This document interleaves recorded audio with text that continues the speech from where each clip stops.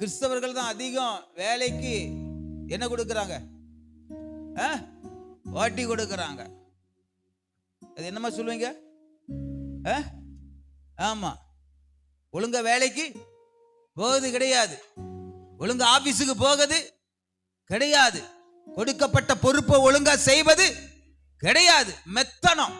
ஆனா நான் யாரு? நான் கிறிஸ்தவன். நீ கிறிஸ்தவன்னா அநேகருக்கு மாதிரியா இருக்கணும். கரங்களை தட்டி தான் அப்பாவை மகிமைப்படுத்துங்க.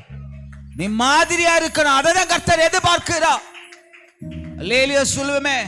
அவர் சொல்லுகிறார், நீங்கள் உலகத்திற்கு ஒளியாயிருக்கிறீர்கள், நீங்கள் உலகத்திற்கு வெளிச்சமா இருக்கிறீர்கள், நீங்கள் உலகத்திற்கு உப்பாயிருக்கிறீர்கள்.